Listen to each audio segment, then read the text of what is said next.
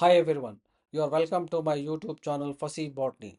Today we are diving into a fascinating field called economic botany.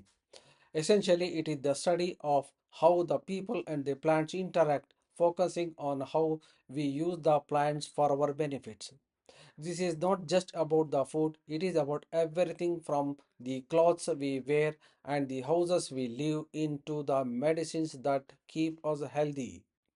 Economic botany is an interdisciplinary science that looks at the past, present, and future uses of plants, connecting the disciplines like agriculture, anthropology, and even the economics to understand the plant based resources that drive our world. From the first hunter gatherers who meticulously learned which plants were edible and which were poisonous, to the genetic engineers of today who modified crops for greater resilience. Economic botany provides a framework for understanding the humanity's dependence on the plant kingdom. The history of this field is essentially the history of human civilization. From the agricultural revolution that allowed for the settled societies to the age of explorations that led to the global exchange of the crops. Today, economic botany is more important than ever as it addresses the critical challenges like food security, sustainable development, and the discovery of new medicines. By studying the vast potential of plants, it helps us to build more sustainable and prosperous future. The key concepts of economic botany includes the relationship between the people and the plants.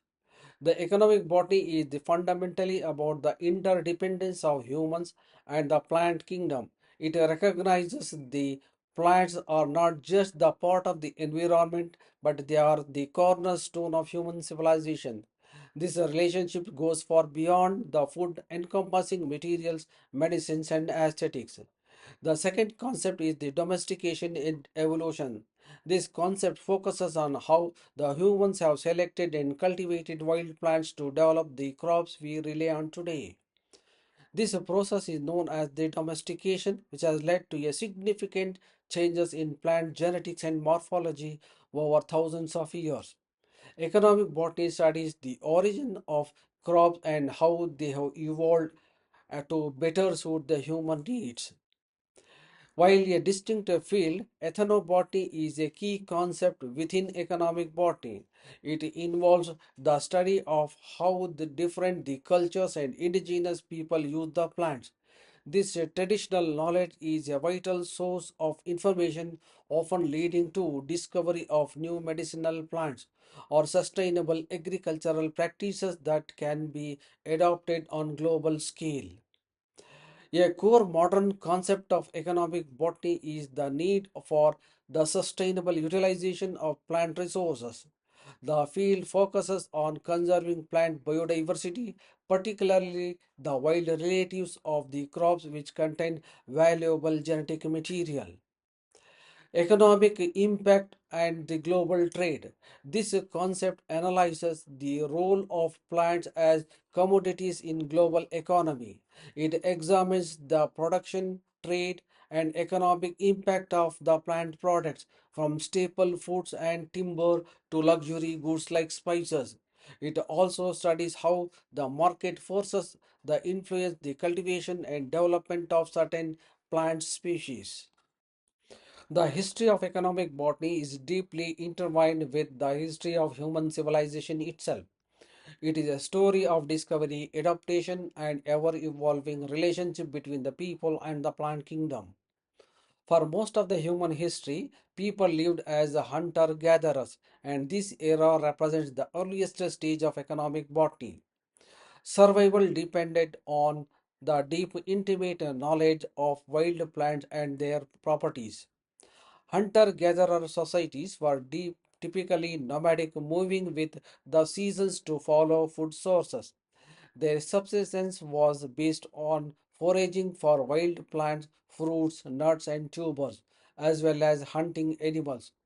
Over countless generations, their knowledge was passed down orally, allowing people to identify edible and poisonous plants, medicinal plants to treat illness, plants for materials like fiber for ropes, wood for tools, and branches for shelter. This era highlights the direct and non commercial relationship with the plants.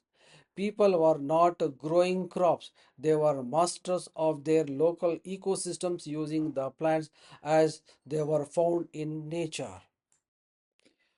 The hunter gatherer societies did not practice agriculture, but their actions laid the groundwork for the domestication of wild plants. They engaged in practices that can be seen as early forms of plant management, such as choosing to gather the largest or most flavorful fruits or nuts, and promoting the propagation of plants with the desirable characters, safeguarding certain plant species in their environment to ensure the future supply, and by consuming fruits and discarding the seeds in new locations, they helped to spread plant species beyond their original habitat. These actions were not deliberate agricultural efforts, but they created a feedback loop where the humans and the plants began to influence each other's evolution. This gradual interaction eventually set the stage for the next major historical period, that is, the agricultural revolution, where the humans would transition from the gathering to farming.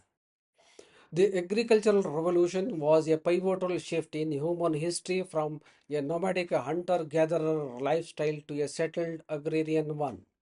Beginning around 10,000 years ago, this revolution was the single most important event in the history of economic botany. It marked the beginning of plant domestication, the process by which humans intentionally selected and cultivated plants for desirable characters, creating the foundation for all subsequent civilizations. The agricultural revolution did not happen in a single location, but it emerged independently in several regions of the world. Each center of origin focused on domesticating the wild plants native to its area. For example, the Fertile Crescent, that is Western Asia. This region is where the farming first began. The earliest domesticated crops included cereals like wheat and barley, along with the legumes such as lentils and peas. The presence of the high yielded and easily storable crops allowed for the creation of food surpluses, which in turn enabled population growth and the development of settled villages. In East Asia, regions like Yangtze River Valley, China, the rice was domesticated around 9,000 years ago, becoming the staple food for the large portion of the world's population. In Central America, particularly the Balas River Valley, early inhabitants transformed a wild grass into a maize, that is corn, around 9,000 years ago. This domestication is one of the most remarkable examples. The transition from the hunting and gathering to agriculture had a profound and lasting effect on human societies. Agriculture required a people to stay in one place to tend their crops. This led to the establishment of permanent villages and eventually to towns and cities. With a reliable food supply, not everyone had to be a farmer. This created a division of labor, allowing for the rise of specialized roles like artisans, leaders, and traders. This social stratification laid the groundwork for the complex societies. The demands of farming spurred new technological developments. Tools like plows and sickles were invented, and need for the water management and led to the creation of irrigation system. A stable and more abundant food supply could support a larger population. This led to the significant and sustained increase in human population density, a trend that continues to this day. The agricultural revolution was the first major step in economic botany, as it transformed plants from wild resources into controlled commodity, fundamentally changing the course of human history. The modern era of economic botany is characterized by a major technological advancement that have fundamentally changed how humans interact with and utilize plants. This period saw a shift from traditional breeding to highly sophisticated methods. A pivotal movement in the mid 20th century was the Green Revolution. This movement was led by agricultural scientist Norman Borlaug. This movement focused on developing high-yielded varieties of staple crops, particularly wheat and rice. This was achieved through selective breeding and hybridization, resulting in the plants that were more responsive to fertilizers and irrigation. The widespread adoption of these new varieties, along with the use of synthetic fertilizers and pesticides, dramatically increased the global food production. Despite its success, the Green Revolution has also faced criticism. The heavy reliance on the fertilizers and pesticides has contributed to environmental degradation, soil erosion, and water pollution. It also favored large scale commercial farming, often at the expense of small scale farmers who could not afford the necessary inputs. Building on the foundation of the Green Revolution, the modern era has been defined by biotechnology. This field uses the laboratory techniques to directly manipulate the genetic makeup of the plants. This has led to the creation of genetically modified crops with specific desirable traits like pest resistance. Crops like BT cotton, BT maize have been engineered with a gene from soil bacterium, that is Bacillus thuringiensis, to produce a protein that is toxic to certain pests, reducing the need for chemical pesticides. Then herbicide tolerance. The Roundup ready crops are modified to withstand herbicides, allowing farmers to spray to kill the weeds without harming their crops. Then enhanced nutrition. An example is the golden rice, which was genetically engineered to produce beta carotene to combat vitamin A deficiency in the developing countries. The modern era also saw the expansion of economic botany beyond agriculture. Advances in chemistry and pharmacology allowed for the systematic screening of the plants for new drug compounds. Additionally, the focus on the sustainable practices has been increased. The study of plants for biofuels, biodegradable plastics, and other renewable resources to address environmental concerns. There are six major categories of plants in economic botany, classified by their primary use by humans. These categories often overlap, but each group represents a distinct area of study within the field. Number one, food plants. Food plants are the primary category of economic botany, comprising all plants used for human consumption. They form the foundation of global food systems, providing most of our calories, nutrients, and vitamins. This study of food plants covers the domestication, cultivation, nutritional value, and economic impact. The medicinal plants are the second category, and these plants contain active chemical compounds used for therapeutic purposes. And these plants or parts of them are used to synthesize drugs, or they can be used directly for their medicinal properties. And their use dates back to thousands of years in traditional medicine systems across the globe. The third category is the industrial plants, and those cultivated and used for producing materials for manufacturing and other industries, rather than for direct human consumption as food and medicine. This category is a major part of economic botany and includes a wide variety of plants used for fiber, timber, oils, and other commercial products. The ornamental plants are the major category of economic botany, where the plants are cultivated for aesthetic purposes rather than for food, medicine, and industrial uses.